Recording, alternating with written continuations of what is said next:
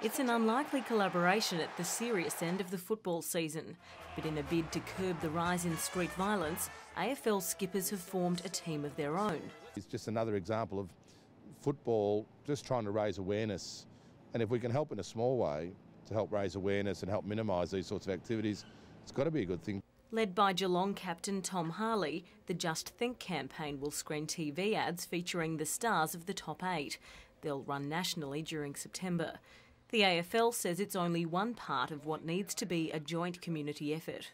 Football won't solve the problem. I mean, this is a really serious issue. It needs a collective approach. A solution can't come quick enough, with assaults happening on an almost nightly basis.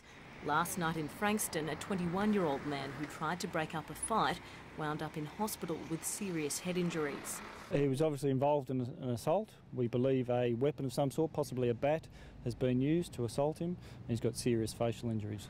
19-year-old Taylor Dahl is another victim of a terrifying assault this week in broad daylight.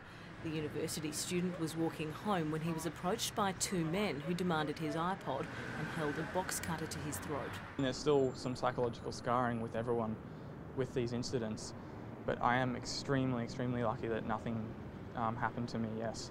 Police have appealed for witnesses of the Frankston bashing to come forward. Lisa Maksimovic, ABC News, Melbourne.